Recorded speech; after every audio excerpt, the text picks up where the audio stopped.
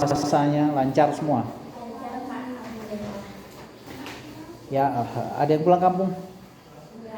Enggak. Orang Cimahi semua berarti.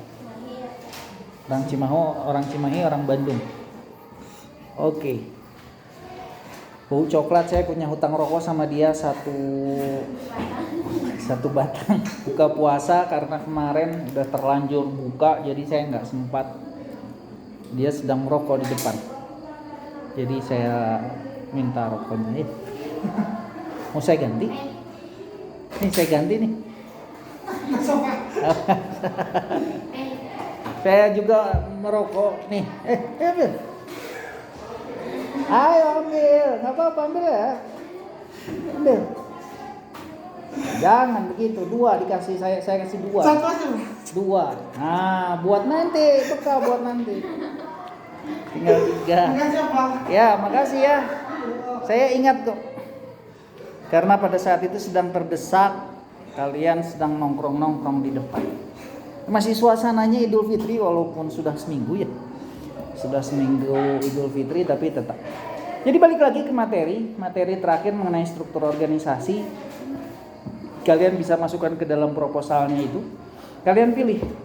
Sebetulnya struktur organisasi yang cocok untuk saya yang mana kan gitu. Apakah struktur organisasi garis atau struktur organisasi fungsional? Dimana kalau fungsional itu ada staff yang dia akan membantu misalnya top levelnya atau manajernya dibantu oleh staff, kan begitu.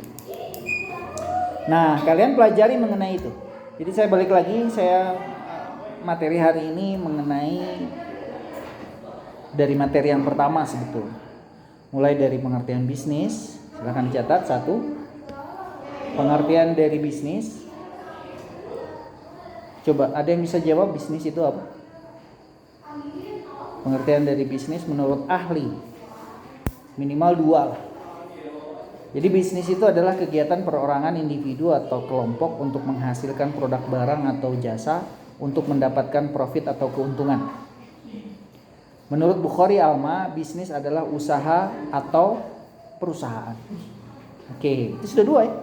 Jadi kalian kalau misalnya 2 menjawab itu nilai kalian minimal 20. Itu nomor 1 ya, kegiatan dari bisnis. Sedangkan administrasi sendiri, jurusan kalian administrasi nih. Kalian mau sidang, masa ditanya pengertian dari administrasi nggak tahu? Apa pengertian dari administrasi? Kegiatan catat mencatat, filing, tulis menulis. Kenapa kamu kakinya mencirikan bahwa kamu siapa itu yang paling belakang tuh? Takut. Begini kakinya dia. Apa sedang ya silakan. Kenapa? Sedang menahan sesuatu, pingin pipis dulu boleh. Kamu mau ke toilet dulu. Bukan. Kalau saya santai aja, nggak usah tegang, kayaknya tegang. Atau sedang menyepertikan bahwa kamu sedang suasana UTS. Jadi tegangnya terasa begitu. Hah? Oke. Yang pertama itu tadi pengertian dari administrasi bisnis, minimal dari 2 ahli, boleh dari Bukhari Alma, boleh dari ahli yang lain. Dan produk dari bisnis itu dibagi 2 juga. Ada ini yang kedua produk dari bisnis ada produk barang, artinya produknya itu berwujud. Ada produk jasa, di mana produknya itu tidak berwujud. Ya, kalian harus bisa membedakan mana yang barang, mana yang jasa. Kalau barang dia pasti berwujud, bisa kalian rasakan manfaatnya, durability-nya. Masuk dalam barang apa dia? Produk barang atau produk jasa. Kalau produk jasa sudah jelas, alat marketingnya pun akan berbeda. Nah, itu berarti soal yang ketiga, sebutkan manajemen pemasarannya, alat untuk memasarkan produk barang, produk bisnis barang, dan produk bisnis jasa. Oke. Kalau produk bisnis barang, alat marketingnya itu hanya ada 4P. Product, price, place, dan promotion. Ini yang disampaikan oleh Philip Kotler dalam bukunya Manajemen Pemasaran. Sedangkan produk jasa ditambahkan lagi dengan people, proses, dan physical evidence. Jadi dalam kegiatan bisnis untuk memasarkan, dalam buku Manajemen Pemasaran, Philip Kotler mengatakan ada 7 alat manajemen pemasaran. Ya, 7P namanya. P yang pertama adalah produk, P yang kedua adalah harga, P yang ketiga adalah place, kemudian yang terakhir product, price, place, promotion. Kemudian kalau ditambah lagi dengan produk yang dijualnya adalah produk jasa, Philip Kotler menambahkan dengan people, proses, dan physical evidence. Yang dimaksudkan dengan people di sini adalah siapa sih yang memberikan pelayanan setelah produknya tersebut di tangan konsumen, kan begitu. Nah, yang melakukan pelayanannya ini dikatakan sebagai orangnya namanya customer service. Nah, kalian pelajari juga dengan itu. Saya sudah memberikan materinya. Ada di dalam Google Classroom. Sudah nomor berapa? 3.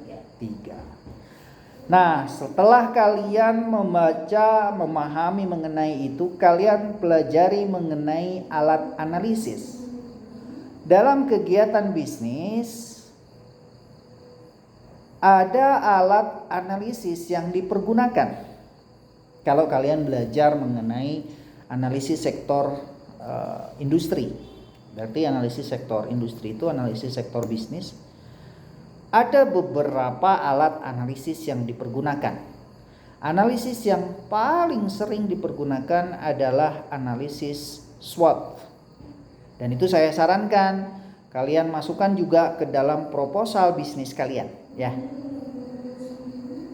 Apa itu analisis SWOT? Analisis SWOT adalah cara untuk menganalisis kekuatan yang dimiliki oleh perusahaan.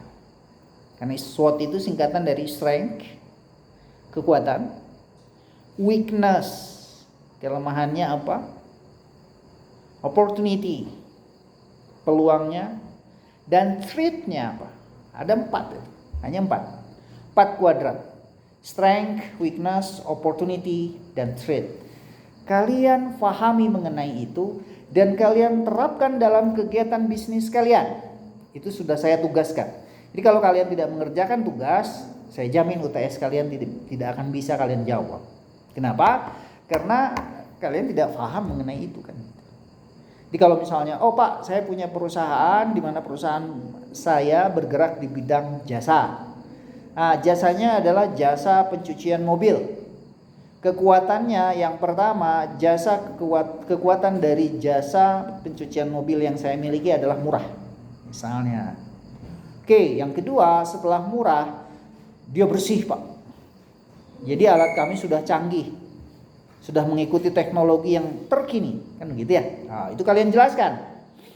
Jadi di situ kalian ada 2 poin itu, menjawab analisis SWOT, kemudian kalian mengerjakan tugas. Di dalam tugas yang kalian kerjakan itu apa sih yang kalian tuangkan gitu. Kalau kalian mengerjakan tugas sendiri, saya jamin UTS kalian pasti bisa. Tuh, udah 4 poin ya. Udah 4 poin analisis SWOT. Kemudian alat analisis yang lain dalam alat analisis industri, kita mengenal ada alat analisis PES analisis. Yang dianalisis apa? PES itu singkatan dari political, economical, social,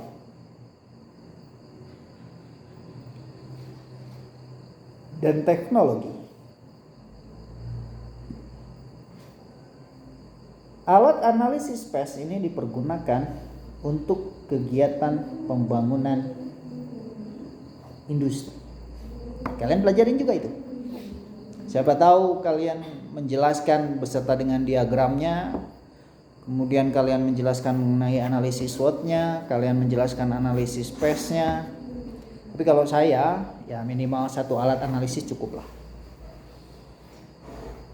Yang umum-umum saja seperti analisis SWOT, yang umum itu sudah umum ya. Gampang ya? Bisa gak kira-kira kerjaan? Dari udah 4 soal ya? dan 4 soal itu, berapa kira-kira poin kalian? Kalau 1 poin saya beri nilai 20.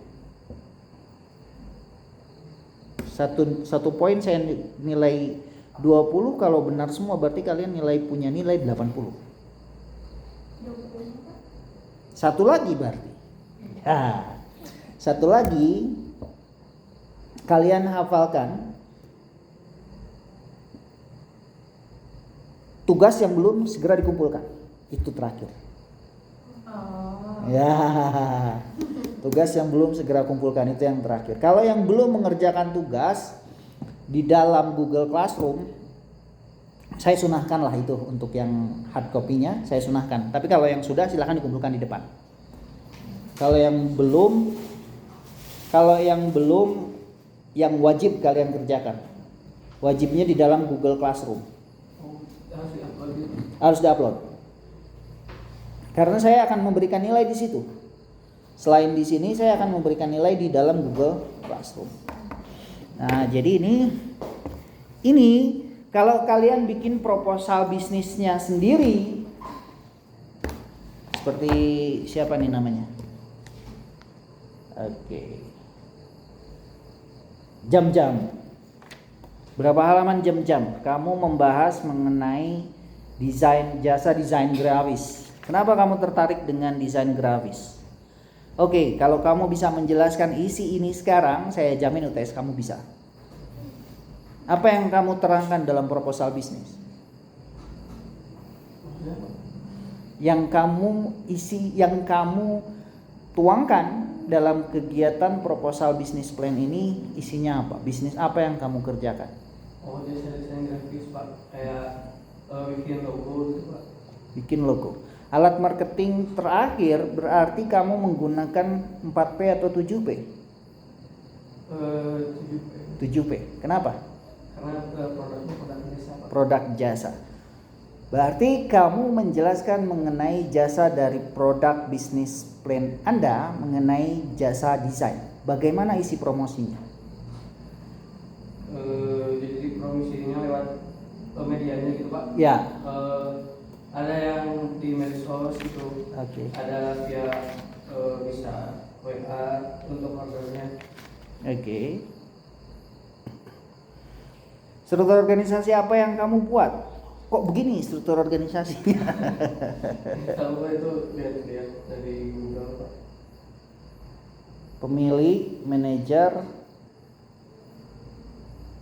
staf di bawah, staf administrasi. Harusnya 2 ini, staf administrasi yang kedua ini nggak usah ada.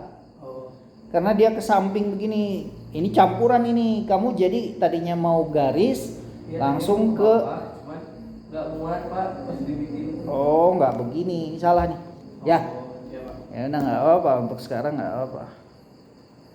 Nanti kamu bisa lihat lagi. Oke, boleh. Target pasarnya. Kalau ini kan gampang diwujudkan sebetulnya jam-jam. Gampang ini diwujudkan. Kamu tinggal bikin website kamu udah jadi. Udah, Pak. Blogspot kamu sudah jadi. Saya nggak pakai blogspot, Pak. Pakainya? Pakai Website sendiri udah jadi websitenya. Udah, Pak. Kamu sertakan di dalam Google Classroom, inputkan alamat URL-nya. Belum, Pak. Kan yang proposal juga belum, Pak, belum diupload. Oh ya, sekalian, maksud saya sekalian di dalam folder itu sekalian saja uploadkan. File itu sama URL-nya, Pak. Ya, sama URL itu. Sama URL-nya uploadkan di dalam Google Classroom. Tapi desain websitenya udah ada. Udah. Contoh desain. Ada, Pak, sebagian.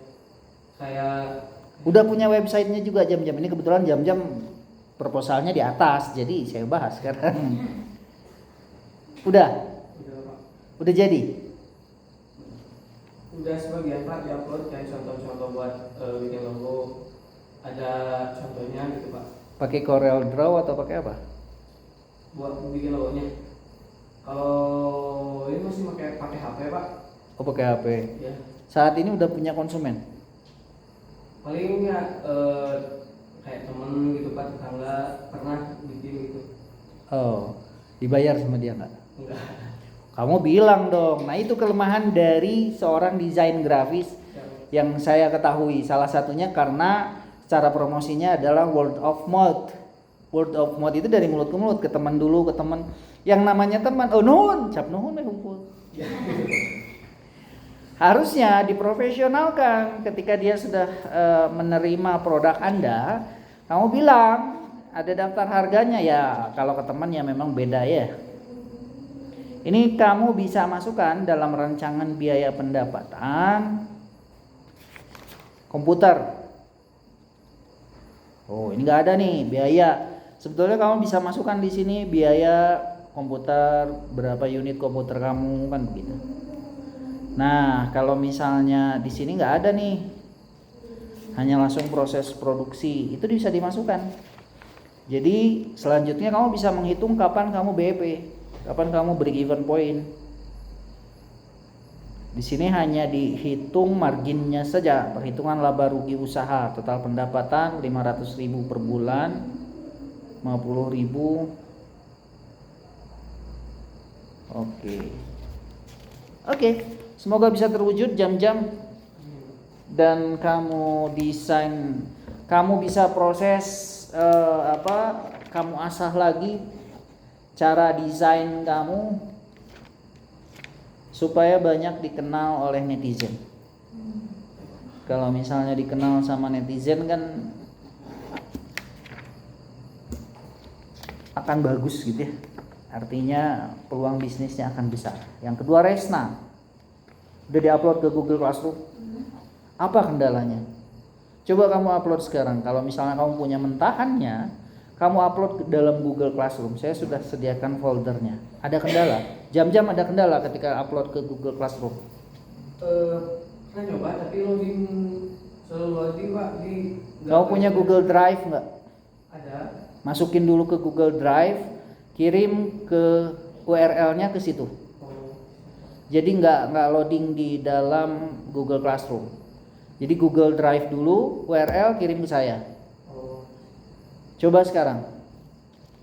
Kalau Google Drive kamu kosong, harusnya itu cepat. URL-nya langsung ke saya. Oke Resna, proposal bisnisnya mengenai seafood. Apa nih? Rumah makan atau restoran?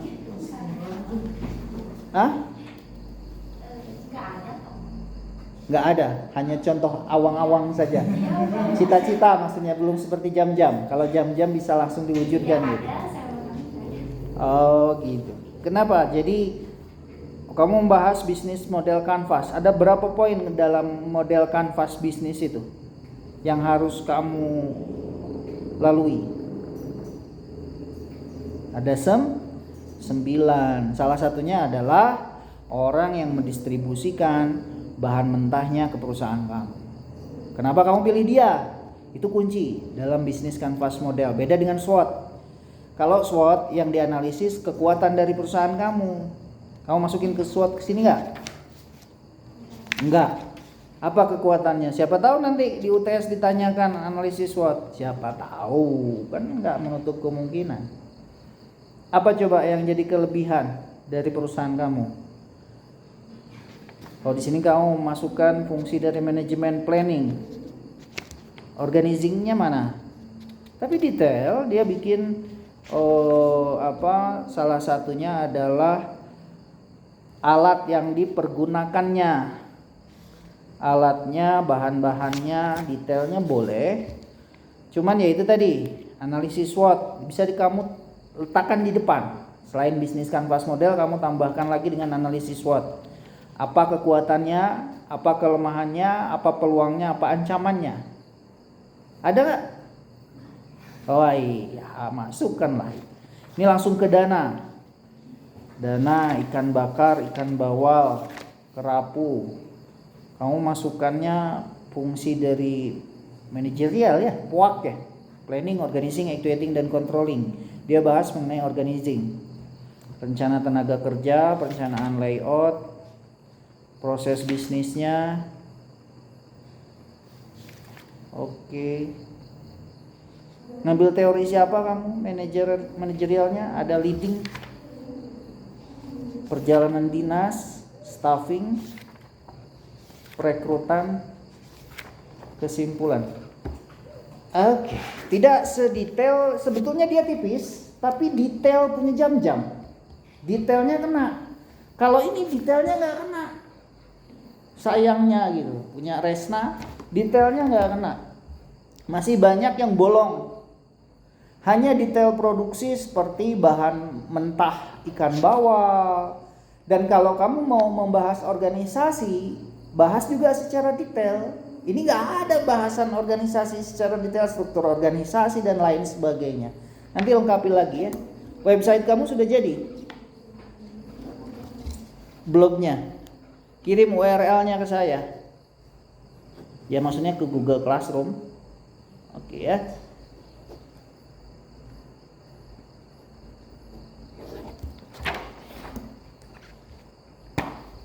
Idol Wear Collection punya siapa nih? Siti Mariam. Oke, yang kamu bahas mengenai pakaian. Pakaian dalam? Kayak itu kayak apa? Idol itu. Oh, K-pop. Oke. Bisa diwujudkan? Mariam? Amin. Atau masih baru awang-awang juga? Belum bisa diwujudkan. Salah satunya karena kamu penggemar K-pop. Oh. Siapa tokoh K-pop yang kamu sukai? Blackpink. EXO. Kenapa kamu suka EXO?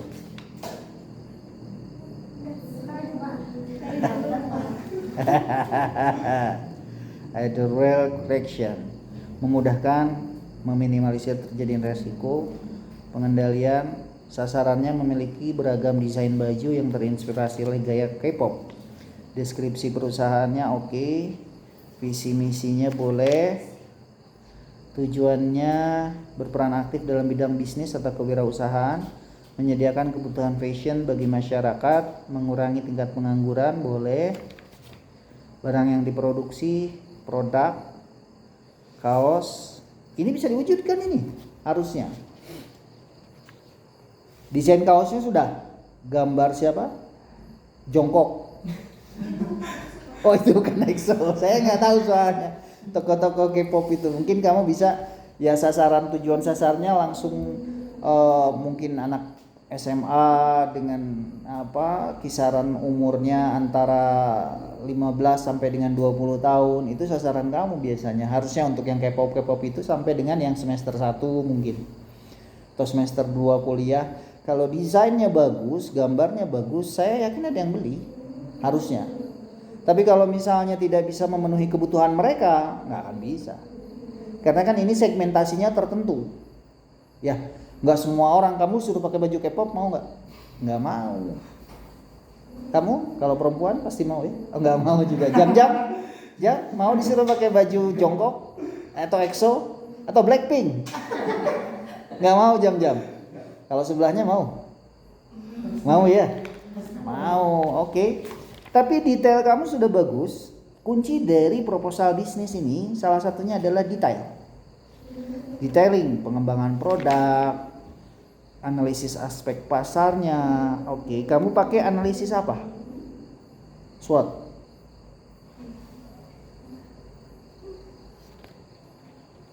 Nggak tahu? Lupa? Hah? Saya bacakan untuk kamu. Peluang bisnisnya ini bisa dimasukkan ke dalam analisis SWOT. Strength, weakness, opportunity, dan threat.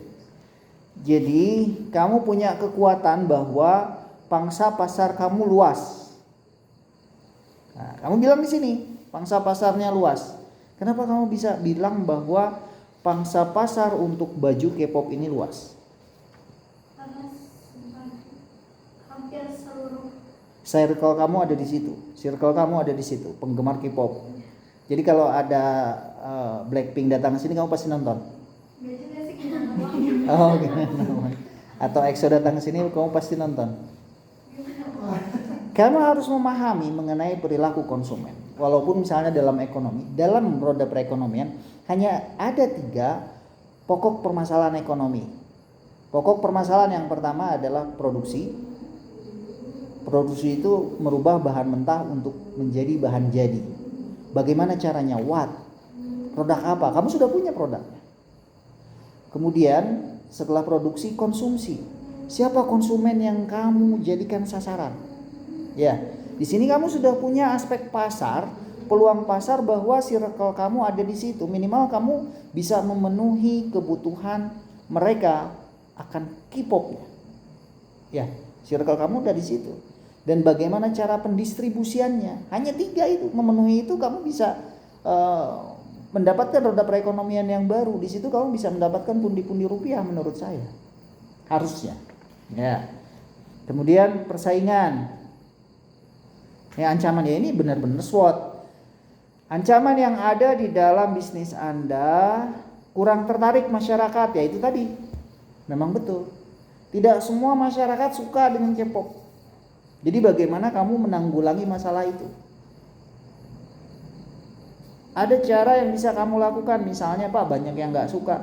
Kamu buat komunitas sendiri. Misalnya kamu bisa ketika konsernya K-pop itu di Indonesia, kamu datang. Kamu buat grup WA. Nah, biasanya itu akan meluas di situ. Itu salah satu caranya. Atau kamu masuk ke komunitas penyuka K-pop. Itu bisa kamu jadikan peluang untuk bisnis kamu. Ini analisis SWOT ini. Ya, cuman kamu tidak jelaskan. Oke, posisi perusahaan, kelebihannya, toko pakaian dengan konsep yang menjual pakaian dengan desain yang unik dan berkualitas. Boleh. Price-nya lebih murah dan alat promosi, produk, price, place, promotion, aspek teknis produksi. Waduh, boleh. Pakai layout. Layoutnya layout garis atau layout apa ini? Ini layout toko, showroom. Oh, bukan pabrik. Layout tokonya. Ada penjelasannya, tempat parkir, skala produksi, pemilihan mesin. Harusnya bisa kamu, ini jelas. Kalau ini dia mempergunakan struktur organisasi dengan struktur organisasi militeristik, garisnya tegas, gak ada garis putus-putus atau line, ya. Jadi dari owner dia akan memberikan perintah pada manajer langsung, manajer ke bawahannya, manajer marketing, manajer produksi.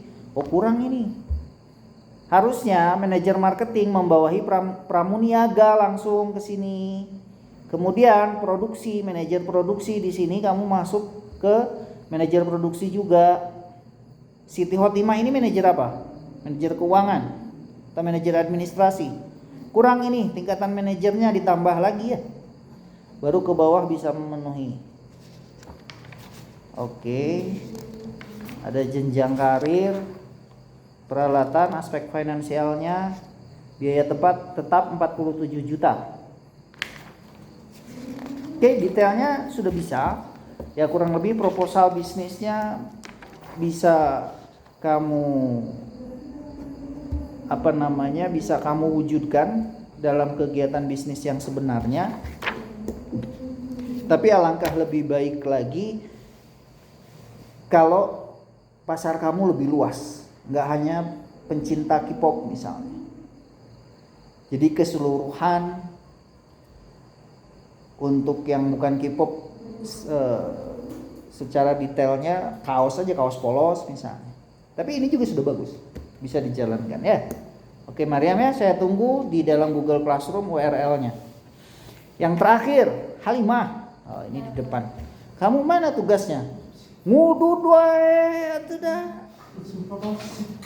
Sibuk kerja di mana? Dia jualan baru buka usaha lagi Pak. Oh. Di Jalan Semawidata. Apa perusahaannya? Baru buka warung, satu lagi ayam geprek. Ya kamu tulislah ayam geprek itu. Masukkan dalam proposal. Kamu diajar belajar bisnis tapi tidak bisa dituangkan dalam kegiatan proposal bisnis, sayang sekali. Ya. Jadi kamu punya pegangan. Kalau misalnya kamu punya ayam geprek, kamu punya pegangan. Ini harusnya begini, ini harusnya begini. Salah satu alasan orang tua, saya yakin alasan orang tua kamu menyuruh kamu kuliah adalah untuk bisa merubah pola pikir. Ya. Jadi kalau misalnya kamu sekolah nggak ngerjain tugas, buat apa kamu kuliah? Minimal setelah kamu kuliah itu, kamu bisa menjalankan bisnis secara profesional. Oke? Hulu? Benar nama kamu Hulu? Nama Hulu dalam bahasa Sunda itu kepala. Betul Pak. Kumaha? Ya. Nanti kamu ngerjain UTS, yang lain bisa, kamu enggak, kan sayang nilainya. Oke, saya kembali lagi ke Halimah. Halimah, kamu membahas proposal bisnis mengenai toko Al-Kira Shop, kelontong multifungsi. Kalau kelontong itu banyak berarti produknya. Bukan hanya, kenapa namanya Al-Kira? Ke Arab-Araban. Nama anak kakak sih. Oh. Hobi pemelihara burung. Awalnya Pak. Pakan burung, oke. Sekarang berarti ada warungnya, ada.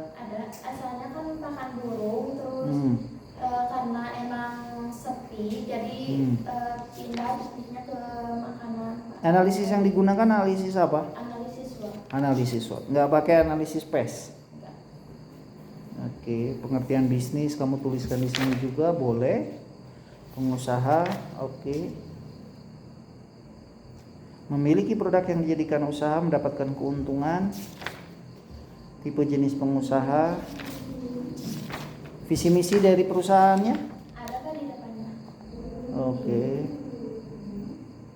Ini kamu bisa jadikan bahan skripsi kamu ini. Ya, pernah Oh, memang. belajar. Oh. Bukan dari skripsi. Bukan. Karena detailnya ini detail-detail teori. Kalau ini detail-detail pengusaha, dikasih jam-jam kayak K-pop tadi. Oke. Kamu tahu unsur dari manusia menurut bukunya Fahmi Irham. Kamu ngambil ini dari etika bisnis. Jadi karakteristik manusia dibentuk itu dari PQ, IQ, EQ, dan SQ. PQ itu dari tubuhnya, dari badannya. Seorang pebisnis diwajibkan memiliki badan yang sehat. Unsur physical quotient. Bagaimana untuk memenuhi kebutuhan badan yang sehat? Tentu asupannya juga harus bagus, olahraganya juga harus bagus. Itu unsur dari tubuh, PQ, badan yang sehat. Kemudian IQ, intelligentsia quotient. Seorang pebisnis harus cerdas. Bagaimana dia mengasah kecerdasannya? Dia akan rajin belajar, dia akan rajin membaca. Kemudian EQ, dia bisa mengolah emosinya, emotional quotientnya. Kemudian spiritual quotientnya. Emosi dengan spiritual quotient ini akan saling berkaitan. Bagaimana berkaitannya? Salah satu karakteristik yang diasah oleh seorang pebisnis adalah hubungan saya dengan Tuhan saya. Ini erat kaitannya dengan teoetika. Bagaimana saya memiliki iman yang kuat supaya saya tahan dengan godaan, misalnya. Itu namanya teoetika. Kemudian sosioetika. Seorang pebisnis dia akan memiliki hubungan baik dengan sesama. Itu namanya sosioetika.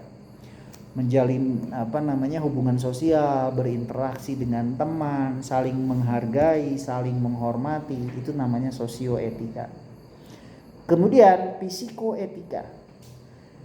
Makanya saya bilang tadi antara EQ dengan SQ saling berhubungan karena antara hati dengan pikiran itu harus sinkron. Seorang pebisnis memiliki hati yang tulus, memiliki hati yang bersih dan pemikiran yang jernih.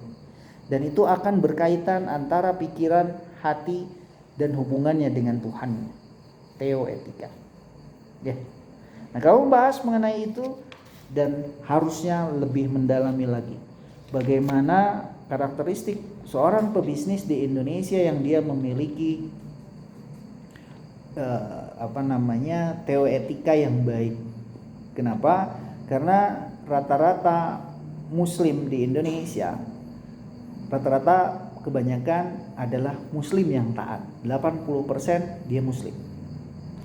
Jadi kegiatan dia dipengaruhi oleh agamanya. Ya, dia akan taat beribadah dan lain-lain sebagainya. Social question, ada spiritual question, emotional question. Ini kamu bahas di sini. Kecerdasan fisik. Dan kamu membahas manajemen pemasaran. Oke, rencana operasional. Tokonya udah ada ya, profil usahanya di bab 3 kamu bahas. Pakan burung morontot. Morontot tuh. Oh, nama pakan burungnya morontot. Pada pasar hobi, pemelihara burung. Rame ini. Lokasi tokonya di mana? Di Cibabasa, di Jalan Padat Karya nomor 38. Padat Karya. Struktur organisasi. Oke.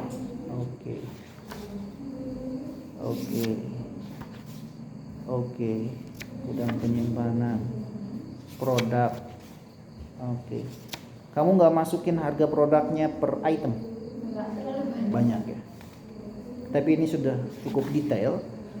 Tapi kalau misalnya kamu bisa masukkan lagi, itu bisa langsung kamu sharekan di dalam website tadi. Jadi harga misalnya di Tokopedia, di tempat berjualan online, itu bisa kamu langsung jual. Jadi kamu selain ngejagain toko, kamu jualan online juga nanti kirim. Sudah jalan? Hah? Di TikTok sih lagi berjalan. Lagi berjalan. Banyak yang beli di TikTok. Lumayan, tiap hari sih 7 item. 7 item. Iya, lakunya teh barang-barang unik kayak alat rumah tangga. Oh. Kayak oven, kipas yang kayak gitu. Jangan-jangan kamu adminnya atau kamu yang jualan. Iya silakan. Ini ya kipas angin itu ya. Oke. Banyak. Minimal 7 item satu hari keluar. Satu kali live itu. Itu sudah dengan ongkos kirim atau rata-rata COD? Udah kan yang ongkir itu ditanggung sama yang beli. Terus kita kasih harga flash sale tapi nggak ngurangin keuntungan kita juga. Oke, bagus. Cuman kalau dari proposal bisnis teorinya jangan terlalu banyak. Ini hampir ininya teori kebanyakan. Boleh strategi pemasaran, rencana branding, penjualan. Saya tunggu di Google Classroom alamat URL-nya ya. Nanti kali-kali undang saya, siapa tahu saya beli barang unik. Rencana keuangan, laba kotor. Oke. Ya, saya tunggu di dalam Google Classroom.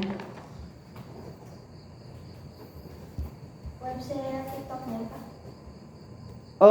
Website kamu yang kamu bikin. Iya. Sama ini proposal bisnis dan lain-lainnya. Website sudah di dalam Google Classroom. Oke, nanti saya nilai. Ya, kurang lebih UTS sampai di sini. Sampai tugas kalian. Kalau yang mengerjakan tugasnya sendiri dan mengumpulkan, saya jamin nilai UTS-nya juga nggak akan jatuh-jatuh banget. Pasti bagus lah. Kalau tidak ada yang ditanyakan,